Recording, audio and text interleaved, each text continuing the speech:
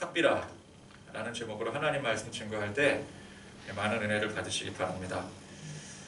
오늘 우리가 읽은 이 아나니아와 삽비라 이 일은 참 성경에서 굉장히 유명하기도 하고 또 이 이야기는 또 굉장히 충격적이기도 하고 또 많은 생각거리를 안겨주기도 합니다. 일단 이 부부는 성령님의 진노하심으로 죽었습니다. 성경에는 물론 하나님의 진노하심으로 죽은 사람들이 여러 등장을 합니다.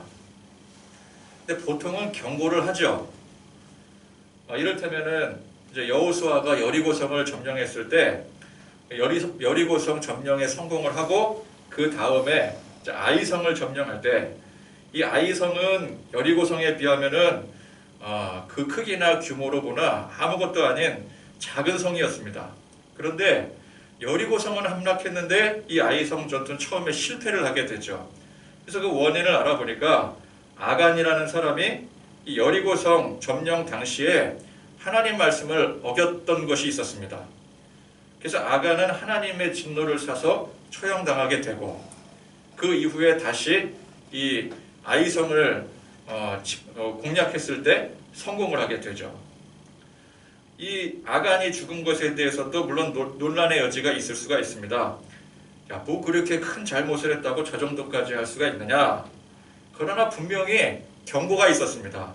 하나님께서는 여리고성 전투 전에 분명한 말씀을 하셨고 아간은 그걸 어긴 것이었습니다. 게다가 전쟁에서 불령을 어길 시에 처형은 당연한 처사인 것입니다.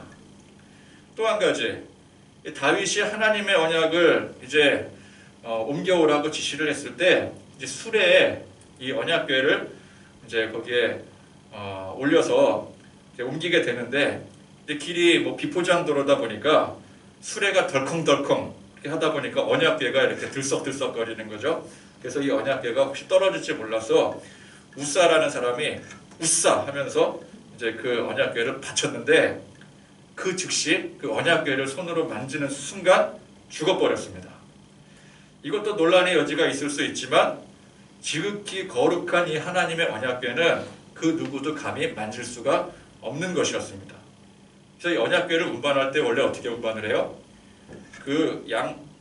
네 귀퉁에 고리가 있어서 거기에 막대를 끼워서 그 언약궤에 손이 닿지 않게 그 막대로 운반을 합니다. 물론 수레에 실을 때도 그 막대를 이용해서 실었었겠죠. 근데 그걸 어긴 사람이 바로 이 우사였던 것입니다. 경고가 분명히 있었던 것이죠. 그런데 오늘 이 아나니아와 삽비라는 그런 경고가 없었어요. 땅을 팔았을 때 그 전부를 하나님 앞에 바쳐야 된다라고 했던 어떤 규정도 없었고 또 그 일부만 바치면 안 된다라고 하는 그 사전 경고라든지 말씀이라든지 그런 게 없었습니다. 다만 이 아나니아와 삽비라가 잘못한 것은 땅 판 돈을 전부를 드리지 않았으면서 그게 전부라고 베드로에게 거짓말한 것이었습니다. 그러나 이 일은 성령님을 속이고 하나님 앞에 거짓말한 것으로 간주가 되어서 이 두 사람이 동일한 날짜에 바로 직사를 하게 되는 굉장히 비참한 운명을 맞이하게 되는 것이죠. 물론 하나님 앞에 거짓을 행하는 것은 잘못하는 일입니다. 그러나 그렇게 따진다면 우리는 얼마나 하나님 앞에 거짓말을 참 많이 하고 살았습니까? 그렇지 않습니까? 우리가 하나님 앞에 아무리 정직하려고 해도 정직한 것도 물론 있지만 거짓을 행한 적도 많잖아요. 이렇게 하나님 앞에 나와서 오직 저는 하나님만 바라고 하나님만 섬기겠습니다.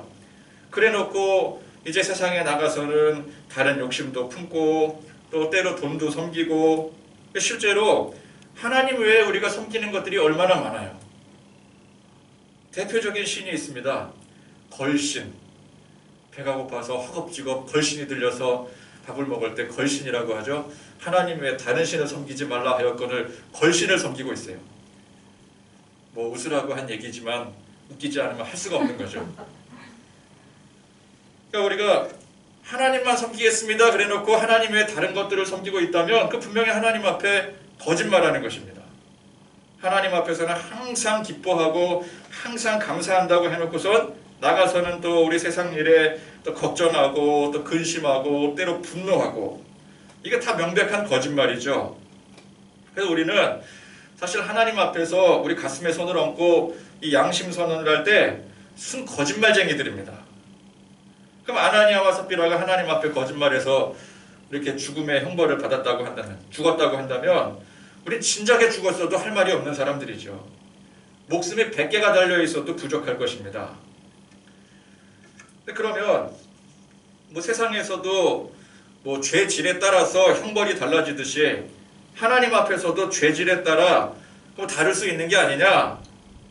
그래서 아나니아와 삽비라가 하나님 앞에 정말 사형에 해당될 정도의 죄를 지었다, 그렇게 생각할 수도 있습니다.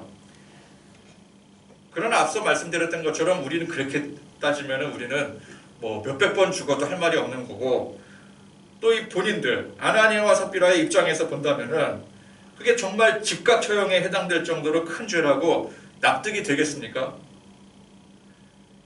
그래도 이 두 사람은 하나님 앞에 헌신하자고, 헌신하겠다고 드리고자 하는 마음에, 누가 아나니아와 삽비라한테 너 돈 내라, 땅 팔아라 그렇게 말한 적도 없고 자기들이 스스로 팔았어요. 그래서 그 드리고자 하는 마음에 드렸지만 그 중에 액수를 좀 속인 거죠. 그게 뭐 그렇게 큰 잘못인가? 우리 인간적으로 그런 생각이 들 수밖에 없습니다. 이렇게 따지면은 11조 정확하게 안 하는 사람, 그럼 여기에 똑같이 속하게 되는 거예요. 액수를 속인 게 그렇게 큰 죄라면은 세상에 그보다 훨씬 더 큰 죄를 짓고도 용서받고 사는 사람들은 뭐가 되겠습니까? 조두순 같은 사람도 잘 살고 있는데. 그래서 오늘 이 사건은 결코 평범한 사건이 아닙니다. 이 당사자인 두 사람에게 있어서는 일단 뭐 납득이 되지 않는 처사일 수도 있고, 또 그걸 바라보는 우리 입장에서도 이게 참 매우 혼란스러운 사건임에 틀림이 없습니다. 일단 이 사건이 사건이니만큼 이 사건의 경과를 한번 살펴보도록 하겠습니다. 초대교회에는 당시 하나의 붐이 일어났습니다. 성도들이 서로 자기의 소유를 내놓고 나누는 그런 붐이 일어났어요. 이게 여러분 알뜰 바자회식으로 뭐 각자 집에서 뭐 조금씩 물건 가지고 나와서 내놓는 정도가 아니라, 물론 그렇게 나누는 사람들도 많이 있었겠지만 또 그 중에 어떤 사람들은 뭐 바자회 수준이 아니라 자기 재산까지 팔아서, 땅까지 팔아서 그거를 교회에 헌금으로 내놓더라는 거예요. 한 사람만 그랬으면은 그게 붐이라고 할 수 없었겠지 않겠습니까? 그런데 보니까 너도 나도 그렇게 했더라는 것입니다. 4장 34절에 보니까 그 중에 가난한 사람이 없으니 이는 밭과 집 있는 자는 팔아 그 판 것의 값을 가져다가, 35절에 사도들의 발 앞에 두매 그들이 각 사람의 필요를 따라 나누어 줌이라. 자, 이 초대교회에 그 교인들 수가 얼마나 되는지는 모르겠지만 꽤 많았을 거예요. 그죠? 베드로가 뭐 한 번 설교할 때만 5,000명이 회심하는 역사가 일어나고 그러다 보니까 뭐 그 수를 정확하게 집계하기도 힘들었을 거고, 어쨌든 뭐 아주 소규모는 아니었을 것입니다. 근데 어쨌든 교인이 얼마 되는지는 모르겠지만 한 사람이 재산을 판다고 가난한 사람이 없어질 정도가 되겠습니까? 여러 사람이 적어도 땅을 팔거나 집을 팔거나 큰 액수를 내놓아야지만이 다른 가난한 사람들한테 그게 이제 나눠지게 될 때에 가난한 사람이 없어질 정도가 될 수가 있는 것이죠. 자, 지난 시간에 말씀했듯이 이러한 현상은 누가 강요해서 생겨난 게 아니었습니다. 사도들이 그렇게 강요를 했겠습니까? 물론 성경에 가난한 사람들, 고아와 과부와 객을 섬기라고 했지만 구체적으로 그들을 위해서 땅을 팔아야 된다, 집을 팔아야 된다, 재산을 내놓아야 된다, 그렇게 말씀하지 않았어요. 성령의 충만한 감동으로 사유에 대한 욕심이 없어진 사람들이 기꺼이 내놓았기에 가능한 일이었습니다. 여러분, 세상 욕망에 사는 사람은 자기가 소유한 것을 내놓을 수가 없습니다. 그럼에도 불구하고 내놔야 된다라고 한다면 거기에는 강제성이 짙어지게 되는 것이죠. 그러나 세상 욕망을 버린 사람은 자기 소유를 내놓는 것에 대해서 얼마든지 자유할 수 있습니다. 얼마를 내놓아도 그 사람에게는 그것이 이미 자기 소유가 아니기 때문에 그래요. 이건 내 소유가 아니다. 하나님께서 나에게 맡겨주신 것이다. 그렇게 생각하는 사람은 땅을 팔 수도 있고 집을 팔 수도 있고 그게 아무런 상관이 없게 되는 것입니다. 자, 그런 이 초대교회 환경, 그런 분위기 속에서 오늘 이 아나니아와 삽비라 부부가 이제 등장을 하게 되죠. 자, 이 사람들도 이 초대교회에 속한 걸 보니까 어쨌건 성령님의 은혜로 예수를 믿게 된 사람들이었습니다. 그들도 자기 소유를 팔아서 교회에 헌금할 필요성을 느끼게 되었습니다. 자, 여기서 또 한 가지 또 거듭 강조드리지만 중요한 점은 꼭 그렇게 해야 되는 게 아니라는 거예요. 또 이제 이렇게 설교하면은 또 야, 그러면은 뭐 땅 팔아야 되는 거냐, 뭐 해야 되는 거 아니냐, 뭐 그렇게 꼭 보면은 간혹 가다가 이상하게 이렇게 오해를 하시는 분이 생기시더라고요. 중요한 것은, 그래서 여기서 한 포인트 짚고 넘어가는 것은 꼭 그래야 되는 게 아니라는 것입니다. 내가 은혜 받은 대로, 내가 스스로 고백한 대로 하나님 앞에 하면 되는 거예요. 여러분, 재산을 팔아서 바친 사람은 옳은 것이고 그렇지 못한 사람은 틀린 게 아닙니다. 각자 믿음의 분량이 다르고 신앙의 고백의 수준이 다른 것입니다. 또 이제 믿음의 분량이 다르다, 신앙 고백의 수준이 다르다 그러니까 그거를 또 등급으로 매겨가지고, 하여간 특히 우리나라 사람들은 뭘 이렇게 등급을 매기기를 좋아해요. 소고기도 보면은 부위별로 등급을 매기잖아요. 똑같은 고기인데 뭘 거기다 등급을 매기고 값을 매기고 그럽니까? 등급 매기는 걸 굉장히 좋아해요. 그래서 야, 믿음의 어떤 분량이 다르다 그러니까 거기에 또 등급을 매겨가지고, 그러면 재산을 팔아서 바친 사람은 높은 등급, 높은 수준의 신앙의 소유자고, 그렇지 못한 사람은 낮은 등급의 신앙의 소유자고, 사람들은 항상 이런 식으로 등급 매기기를 좋아합니다. 그러나 하나님의 세계는 그런 등급이나 계급의 차원이 아닙니다. 우리가 생각하는 차원과 전혀 달라요. 각 사람의 수준대로, 분량대로 똑같이 존중받는 게 하나님의 세계입니다. 그래서 이 달란트 비유 있지 않겠습니까? 5달란트를 감당할 수준이 된 사람은 5달란트를 남길 수가 있는 것이고, 2달란트를 감당할 수준이 된 사람은 2달란트를 남길 수가 있는 것입니다. 자, 이때 5달란트의 사람을 더 높은 등급으로 사람들은 생각하지만 우리 하나님은 그렇게 생각하지 않으신다는 거예요. 성령의 은혜를 받아서 땅을 팔아 헌금한 것이나 성령님의 은혜를 받아 작은 돈을 헌금한 사람이나 각 사람의 분량대로 하나님 앞에 진심으로 고백한 것이라고 한다면 우리 하나님은 그걸 동일하게 여기고 받아주시는 거예요. 그러니까 여러분, 평소에 막 사회적으로 내가 돈도 많은데 기부도 많이 하는 사람이 있어요. 그죠? 기부를 막 몇십억씩, 막 몇백억씩 하는 사람들이 있어요. 선행을 막 베풀면서 남들한테 그렇게 베푸는 걸 좋아하는 사람, 기본적으로 그런 씀씀이가 넘치는 사람이 있습니다. 그런 사람이 땅을 팔아서 하나님 앞에 헌금을 했어요. 정말 그 마음의 중심에 내가 하나님 앞에 이거 드리고 싶다 하는 마음으로 드렸다면 그건 굉장히 선한 중심이죠. 또 어떤 사람은 평소에 기부라는 걸 해본 적이 없는 사람이에요. 물론 선한 마음은 있지만 그거를 꼭 내 돈을 들여서 누구를 주고 그러는 거에 대해서 한 번도 생각해 보지 않은 사람이, 자린고비인 사람이 하나님의 은혜를 받아서 야, 내가 가진 거 중에 하나님 앞에 헌금을 좀 해야 되겠다, 그렇게 마음을 먹어서 정말 눈꽃만치 헌금을 했어요. 근데 그 사람에게 있어서는 그게 대단한 결심인 거예요. 그러면 앞서 땅을 팔아서 대단한 돈을 헌금한 사람이나 자린고비가 이걸 조금 헌금한 거나 그 마음의 중심에 은혜를 받아서 하나님 앞에 감동함으로 했다면은 그건 똑같은 거예요. 근데 보통은 이제 큰 돈을 헌금하면은 이 사람 막 칭찬하고, 제가 지난주에 제 친구 예를 들어서 했던 게 지난주 설교였던가요?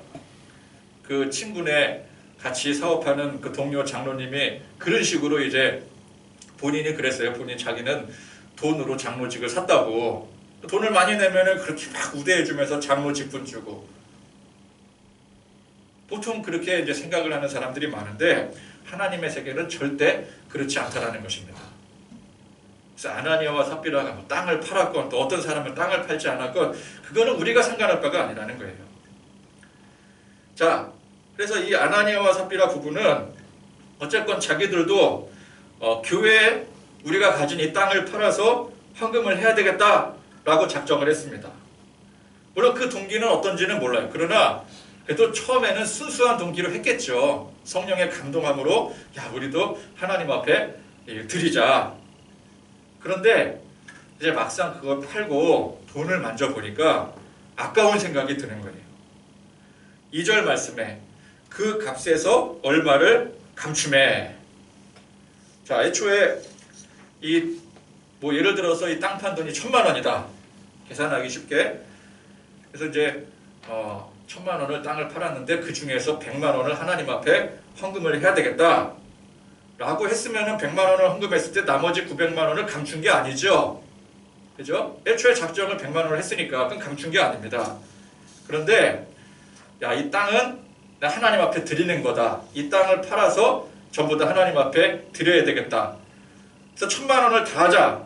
그랬는데 그래놓고 나중에 100만 원을 했다면은 나머지 900만 원을 감춘 게 되는 것이죠.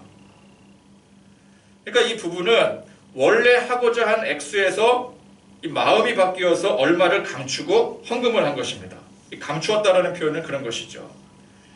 왜 그렇게 했을까요? 왜 처음에 이거 다 하자고 했다가 거기 중에서 얼마 감추고 예를 들어서 반을 뚝 띄고 나머지 반만 했을까요? 아까워서 그렇죠. 아까워서. 아깝죠. 아까우니까 그렇게 안 아까우면은 그거 하나님 앞에 다 드리지 그걸 뭘 굳이 거짓말까지 해가면서 하나님 앞에 내가 고백한 건데 그것까지 속여가면서 그거를 뚝 떼겠습니까? 아까우니까 그러는 거예요. 아까우니까. 막상 이걸 다 하려고 보니까 이게 아까운 거예요. 손이 벌벌 떨리는 거예요. 그래서 이 아까운 마음이 들어서 아나니아가 감추고 난 이 나머지를 가지고 사도들에게 이제 헌금으로 내놓는 것입니다. 자, 이게 애초에 얼마를 딱 정해놓고 내가 하나님 앞에 드리겠습니다. 그렇게 약조한 것도 아닐 테고, 그죠? 아나니아는 사도들에게 저희가 이 땅을 팔아서 하나님 앞에 드립니다. 라고 드렸을 거예요. 그럼 사도들이 지금 이 아나니아가 들고 온 이 헌금의 액수가 그게 이제 아나니아가 원래 하려고 했던 것에서 거기에 뭐 아까운 마음이 들어서 거기서 제하고 남은 것을 가지고 왔는지 어땠는지 그걸 어떻게 알겠어요? 그 뭐 일일이 야 다른 사람한테 뒷조사 시켜가지고 야 아나니아가 땅 팔았다는데 그거 원래 땅값이 얼마인지 알아봐라. 그리고 이 헌금한 액수랑 대조를 해보겠습니까? 근데 보니까 베드로가 그 말을 듣자마자 단번에 알아차려 버렸어요. 그럼 베드로는 무슨 독심술 그런 재주가 있어갖고 그거를 알겠습니까? 성령님이 알게 하신 것이죠. 그래서 이후에 이 베드로의 반응은 이 베드로의 반응이 아닙니다. 성령님의 반응이에요. 그리고 이제 성령님이 하시는 말씀이다. 성령님이 행하시는 일이다. 그 관점에서 우리가 봐야 돼요. 자, 성령님은 그런 아나니아를 대번에 꾸짖으십니다.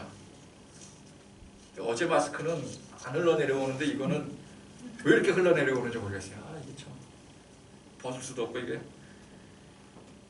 이제 아나니아를 대번 꾸짖으셨어요. 아나니아야, 어찌하여 사탄이 내 마음에 가득하여 내가 성령을 속이고 땅값 얼마를 감추었느냐. 땅이 그대로 있을 때에는 내 땅이 아니며 판 후에도 내 마음대로 할 수가 없더냐. 어찌하여 이 일을 내 마음에 두었느냐. 사람에게 거짓말한 것이 아니요 하나님께로다. 자, 이 말씀에서 알 수 있듯이 땅을 처음에 이제 팔아서 하나님 앞에 작정했을 때 그 땅값 전부를 작정을 했던 거예요. 그러니 그 땅은 하나님 앞에 속한 땅이 된 것입니다. 그런데 그 중에서 일부만 드리게 된 거죠. 그래서 하나님을 속인 거예요. 이 불효령이 떨어짐과 동시에 아나니아가 그 자리에서 즉사를 하고 맙니다. 이 순간 벌어진 일에 그 장면을 본 모든 사람들이 놀랬죠. 그래서 젊은 사람들을 부릅니다. 뭐 하는 사람들이에요? 장사 지내는 사람들이죠. 이 장사 지내는 사람들이 이제 아나니아의 그 시신을 둘러싸서 메고 나갑니다. 근데 그 일이 있는 줄 모르고 집에서는 아니 남편이 이렇게 교회 헌금하러 갔다가 뭐 같이 뭐 목사님이랑 식사하고 오시나 이렇게 늦은 거야. 그래서 이제 교회 와봅니다. 와봤더니 이제 베드로가 있네요. 베드로가 뭔가 분위기가 이상해요. 베드로가 묻습니다. 그 땅 판값이 이것뿐이냐 내게 말해라. 그랬더니 삽비라가 뭐라 그래요? 예, 이것뿐입니다. 아주 시치미를 뚝 떼는 거죠. 그러자 베드로가 이르되, 이게 성령님이 이른 것입니다.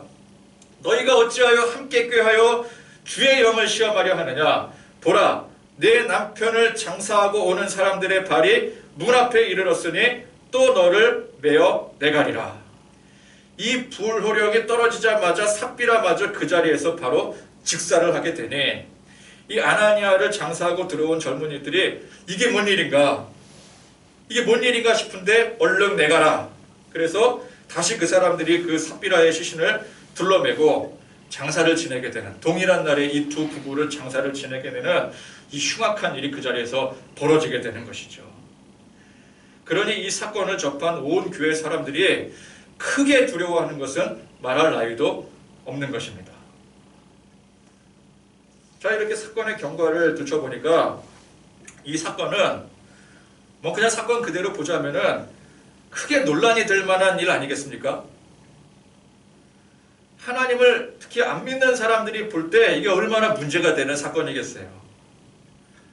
교회에다가 헌금 갖다 바치는 것도 사람들이 못마땅하게 여기는데 그 헌금 조금 덜 했다고, 아예 땅을 팔아갖고 헌금한다는 것도 진짜 사람들이 막 부글부글 끓어서 뭐 왜 그런 걸 헌금을 하느냐 그러는 판국에 그걸 조금 덜 했다고 액수 속였다고 그 자리에서 죽여버리는 하나님을 그걸 어떻게 사람들이 믿겠어요?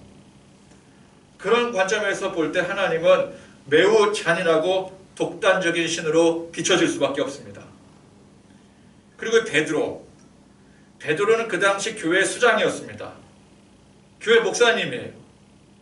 이 베드로의 발언과 행동이 성령님의 발언과 행동이었지만 그걸 뭐 다른 사람들이 어떻게 알겠습니까? 그걸 모르는 사람들의 입장에서는 저 베드로라는 사람이 참, 야, 저 사람 참 어떻게 저런 교주가 다 있냐. 굉장히 사악하고 이건 뭐 정상이 아닌 그런 말 그대로 악독한 교주의 모습으로 비춰줄 수밖에 없는 거죠. 그러니까 우리도 사실 이 말씀이 잘 납득이 되지 않는데 예수를 안 믿는 사람들이 이 사건을 이해할 수가 없는 것입니다. 그래서 제가 만약에 안티크리스천, 이 교회를 대적하는 사람이라고 한다면 저는 이 본문을 가지고 교회를 비판을 할 거예요. 딱 좋은 소재죠, 아주. 자, 오늘 이 혼란스러운 이 사건에는 여러 가지 측면의 교훈을 담고 있습니다. 자, 먼저는 첫 번째, 근본적으로 우리 모두는 죄인이라는 사실입니다. 아나니아와 삽비라가 하나님 앞에 범죄한 사실은 맞습니다. 원래 하나님 앞에 드리고자 한 액수에서 그 금액을 속인 것은 그 명백한 사실이죠. 속이긴 속였어요. 자, 그런데 우리는 보통 이런 죄를 뭐 그렇게 크지 않은 죄로 생각을 합니다. 야, 그래도 드린 게 어디냐? 보통 이쪽으로 생각을 하죠. 아예 헌금 안 하는 것보다는 그래도 야, 그 땅을 팔아서 얼마라도 헌금을 하는 게 나은 거지. 그래서 작은 죄로 취급을 하거나 아니 보통은 아예 이걸 죄로 취급을 안 하게 됩니다. 오히려 칭찬을 하죠. 그렇지 않겠습니까? 만약에 교회 아나니아와 같은 사람이 있어서 땅을 팔았는데 처음에는 이걸 다 헌금하겠습니다 그랬다가 뭐 막 약조도 했어요. 목사님 제가 이 땅 팔면 이 땅 전부 다 헌금할게요. 그랬는데 나중에 이제 헌금하는 거 보니까 한 3분의 1만 헌금을 했어요. 그런다고 해서 목사님이 그 성도에게 아나니아 성도한테 뭐 그것만 헌금했습니까? 그 하나님 속이는 겁니다. 큰일 납니다. 어떻게 하려고 그래요? 그러겠어요?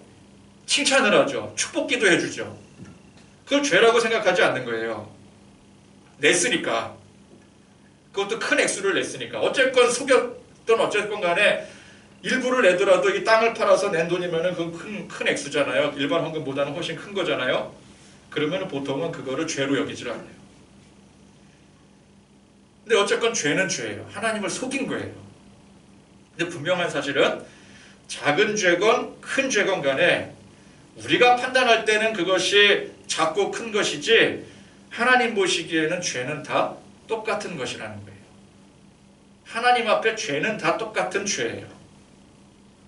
자, 사람을 미워하는 것과 죽이는 것. 우리 관점에서는 어떤 게 죄예요? 죽이는 게 당연히 죄죠.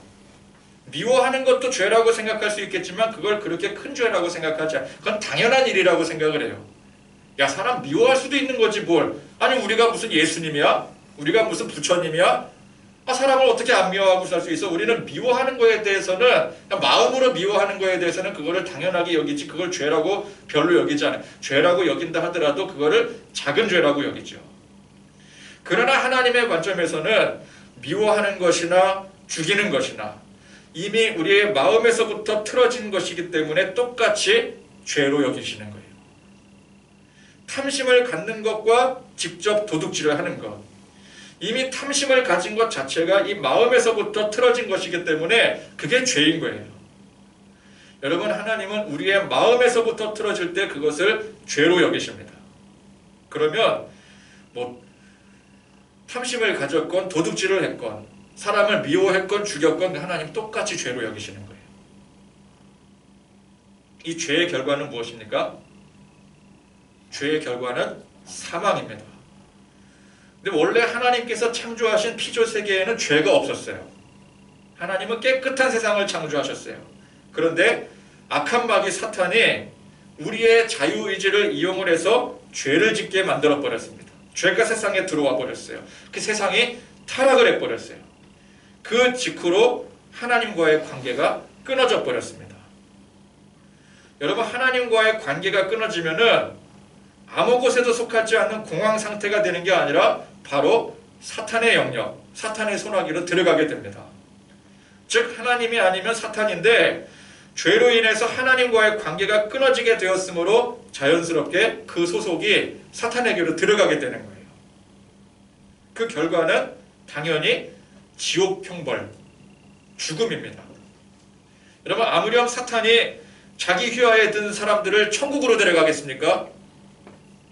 사탄은 자기 휘하에 있는 사람들 모두 다 지옥으로 끌고 들어가는 거예요. 그래서 우리 세상에 죄가 흘러 들어와서 모든 사람들이 죄인이 된 이상 우리는 그 결과가, 죄에 대한 결과가 전부 다 죽음입니다. 그냥 죽음도 아니고 영원한 죽음입니다. 그러니까 우리 관점에서 작은 죄를 지으나 큰 죄를 지으나 죄의 결과는 사망인 것입니다. 육의 세계와 영의 세계를 따져볼 때 사람은 최대 2번의 죽음을 가질 수가 있어요. 누구나는 아닙니다. 최대 2번이라는 거예요. 첫 번째 죽음은 누구나 모두가 공평하게 우리의 육이 한 번 죽는 일입니다. 이것은 예수를 믿으나 안 믿으나 누구에나 공평하게 찾아오는 것이죠. 육신의 죽음입니다. 두 번째 죽음은 죄로 인한 영원한 죽음입니다. 이는 예수님을 믿게 되면은 예수님의 십자가의 보혈로 해결이 되어집니다. 그러나 예수를 믿지 않으면은 이 두 번째 죽음을 맞이하게 되는데 이게 사실은 실질적인 형벌이 되는 셈이죠. 그래서 야, 별것도 아닌 죄를 진 것 같은데 바로 그 죄 때문에 죽었다? 이게 중요한 게 아니에요. 사람은 누구나 한 번은 죽는데 그게 먼저냐 나중의 차이만 있을 뿐인 것입니다. 그 성경에서 하나님께서 너무 이거 사람들을 함부로 죽이시는 게 아니냐. 오늘 아나니아와 삽비라도 뭐 그렇게 큰 잘못을 했다고 이렇게 함부로 죽이시느냐. 그렇게 생각할 수도 있지만 근본적으로 보자면 사람은 누구나 한 번은 죽습니다. 이건 하나님이 너무하신 게 아니라 뭐 때문에 그런 거예요? 죄 때문에 그런 거예요. 아나니아와 삽비라가 뭘 그렇게 큰 죄를 저질렀게, 그 큰 죄를 저질렀고 작은 죄를 저질렀고 그 문제가 아니라 사람은 누구나 한 번은 죽는 거예요. 그래서 중요한 것은 우리 육체의 죽음이 아닙니다. 아나니아가 삽비라가 그 자리에서 죽었다. 이게 중요한 게 아니에요. 그 죽음 자체가 중요한 게 아니라고요. 영의 죽음이 중요한 거죠. 우리의 영이 죽지 않기 위해서 예수님을 믿어 십자가의 보혈로 죄사함을 받는 것이 그것이 중요한 것입니다. 자, 그럼 아나니아와 삽비라는 오늘 이렇게 육에 죽은 거잖아요. 그럼 그들의 영은 어떻게 되었느냐? 그럼 그들은 천국 갔느냐 지옥 갔느냐? 그거는 제가 언급하지 않겠습니다. 그건 우리 소관이 아니기 때문에 그래요. 적어도 오늘 본문 말씀이 우리에게 주고자 하는 교훈은 아닌 것입니다. 오늘은 육체의 죽음, 이 아나니아와 삽비라의 그 육체의 죽음에 관련된 그 상황만 가지고 이야기를 하는 거예요.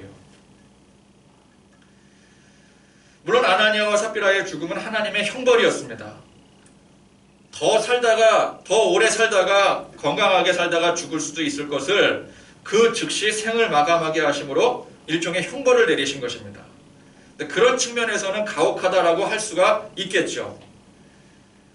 그러나 두 번째, 이 사건은 단지 이 헌금의 액수를 속인 것 이상의 큰 의미를 갖는 사건이라는 거예요. 자, 이 초대교회가 이제 막 성령님의 역동적인 역사하심으로 지금 일어나는 시기입니다.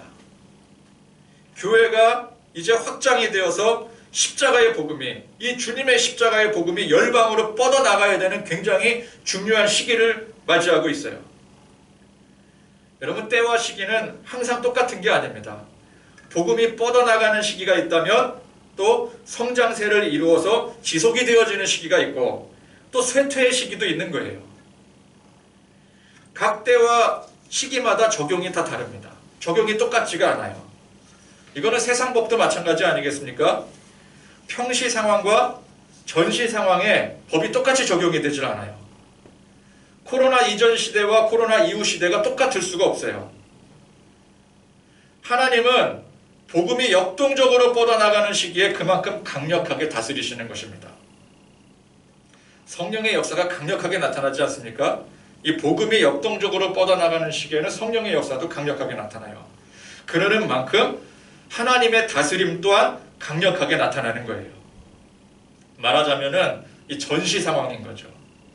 똑같은 죄를 지어도 평시 상황에서는 그냥 넘어갈 수 있는 것을 전시 상황에서는 법의 집행이 확연히 달라지게 되는 거죠. 그런 것처럼 이 당시는 하나님의 다스림이 확연하게 달라지게 되는 거예요. 자, 이 초대교회는 그 신앙의 순수성이 헤쳐지면 안 되는 것입니다. 물론 지금도 그렇지만 특히 더 강조되는 때와 시기가 분명히 있는 거예요. 그래서 신앙의 순수성이 헤쳐지게 되는 그런 상황에 관해서 하나님은 절대 관대하게 넘어가지 않으시는 거예요. 지금은 관대하게 넘어가실 수도 있어요. 그러나 그 때와 시기에는 하나님 관대하게 넘어가지 않으시는 그런 때가 분명히 있어요. 아나니아와 삽비라가 땅 판 금액을 속인 게 그게 뭐 어떤가 싶겠지만 그것은 그들 마음에 탐심이 들어갔기 때문에 속이게 된 것입니다. 이 탐심이 교회 안에 성령님의 역동적인 역사하심을 결정적으로 방해를 하게 되는 거예요. 자, 한 사람, 두 사람, 처음에는 다들 정말 순수한 마음으로, 순수한 열정으로 하나님을 섬기는 마음으로 헌금하고 또 헌신하고 봉사하고 그랬는데 이 아나니아와 삽비라 같은 사람들이 하나, 둘 나오기 시작하는 거예요. 탐심이 깃들고 그래서 그 탐심으로 하나님 앞에 하려고 하고 또는 속이려고 하고 그래서 체면상 또 헌신하려고 하는 사람들이 생겨나고 그러면 순식간에 이 교회가 죄로 인해서 오염되어 버리고 맙니다. 그러면 성령님의 역동적인 역사하심으로 인한 순수한 이 복음의 확장이 그 즉시 중단이 되어 버리는 거예요. 죄의 오염이 그렇습니다. 하나님은 이 문제를 그냥 결코 그냥 넘어가지 않으십니다. 단호하게 다스리시는 거예요. 그렇기 때문에 초대교회는 신앙의 순수성을 지킬 수가 있었습니다. 환난과 핍박 속에서도 성도들이 그 신앙을 지킬 수가 있었고 그래서 이 주님의 복음이 열방 가운데 순수한 신앙으로서의 역동적으로 전파가 될 수 있었던 것이죠. 오늘 우리는 아나니아와 삽비라처럼 설령 그렇게 하더라도 당장 죽는 정도의 벌을 받지 않죠. 그죠? 여러분 주변에 헌금 속였다가 골로 갔다 그런 사람 들어본 적 있으십니까? 거의 그런 일이 없어요. 그러나 항상 경각심을 가져야 됩니다. 죄는 모양이라도 버리라고 했어요. 우리가 죄를 범하고 하나님 앞에 불순종하고 우리의 양심을 속일 때 이 죄의 값이 죽음이라는 사실을 항상 기억해야 돼요. 죄의 값은 사망이다. 작은 죄라고 생각하고 야, 이 정도는 괜찮겠지 라고 생각하는 그 문제 때문에 결국 망하고 만다는 사실을 우리가 항상 잊지 말아야 됩니다. 부정을 저지르는 사람이 한 번에 큰 부정을 저지르는 게 아닙니다. 작은 거짓말에서부터 쌓이고 쌓여서 나중에 큰 부정을 저지르게 되는 것이죠. 야, 우리 교회는 작은 교회니까 그래서 별일 아니라고 또 다른 사람들도 동의하니까 그렇게 했던 일들이 나중에 그 버릇을 못 고쳐서 크게 문제가 되어서 쓰러지고 넘어지는 일들이 얼마나 많이 있습니까? 그러면 아무리 사소한 일이라도 그냥 넘어가면 안 되는 거예요. 여러분 길 가다 10,000원 한 장 주우면 어떻게 합니까? 길 가다 10,000원을 딱 받네요. 아이고 재수 횡재 그리고 그거를 보통 이제 내 주머니에 넣는다라고 한다면은 그거 안 되는 거예요. 땅에 떨어졌어도 그 돈은 내 돈이 아니에요. 알죠 여러분? 내가 흘린 돈이 아니잖아요. 남이 흘린 거잖아요. 그럼 그거는 내 돈이 아닌 거예요. 근데 그거를 내 주머니에 넣었다? 그거는 도둑질한 거예요. 엄밀히 그래요. 엄밀히. 번거롭더라도 그래서 그걸 들고 파출소에 갖다 주든지 아니면은 뭐 주변에 뭐 두고 어디 갖다 줄 데도 없고 그러면 그냥 그 자리에 놓고 와야 돼요. 왜? 그건 내 것이 아니기 때문에. 거기 눈길도 줘서는 안 되는 거예요. 그거 아무렇지도 않게 아유 내가 발견한 건데 뭐 이미 잃어버린 거니까 내가 찾는 사람이 임자지. 그래서 그거를 내 주머니에 아무렇지도 않게 넣게 되면은 그게 나중에 자라서 큰 돈을 비자금으로 착복하는 사람이 되고 마는 거예요. 여러분 정치권에서든 뭐 경제권에서든 막 큰 돈을 비자금으로 착복하고 그런 사람들이 그거 내 돈인 줄 알고 착복하는 거예요. 땅에 떨어진 돈 죽는 듯이 아이고 뭐 임자 없는 돈이 내 거지 뭐 그러고 갖는 거예요. 그게 하루아침에 생기는 일이 아닙니다. 하나님의 것을 도둑질하지 말라고 했습니다. 아나니아와 삽비라의 행위는 분명히 도둑질입니다. 얼마를 냈으니까 그게 훌륭한 게 아니라 그 과정에 숨기고 속였으니 그게 도둑질인 거예요. 그래서 모든 성도들, 모든 교회는 이 의식을 분명히 해야 됩니다. 내는 게 중요한 게 아니라 하나님을 속이면 안 되는 거예요. 여러분 우리는 전부 죄인입니다. 우리 스스로, 나 스스로를 너무 믿어서는 안 돼요. 뭐 TV에 보면 정치인들 뭐 유명한 사람들이 허구한 날 비리에 온통 범죄에 서로 물고 뜯는 일들이 그게 남의 이야기가 아니에요. 그게 내 모습입니다. 우리도 그 자리에 가면 똑같아져요. 안 그럴 것 같죠? 똑같아져요. 그렇게 이해를 해야 됩니다. 야 나라고 별 수 있겠냐? 그래서 항상 우리는 죄에 대한 경각심을 가져야 됩니다. 아나니아와 삽비라한테 이거 너무한 거 아니냐? 그런 시각이 아니라 그게 헌신이 아니라 죄라는 사실을 알아야 돼요. 이게 심각한 죄라는 인식을 우리가 가져야 되는 것입니다. 우리가 성령님 안에 충만한 은혜 가운데 살기 위해서는 그저 열심히 빌기만 하면 되는 게 아닙니다. 철저하다 싶을 정도로 자기 자신을 단속하고 아주 작은 일에서부터 하나님의 말씀을 실천하기 위해서 그 의지를 불태우고 노력하고 단속하고 스스로를 경계할 줄 아는 그런 저와 여러분들이 되실 수 있기를 간절히 축원드립니다. 아멘.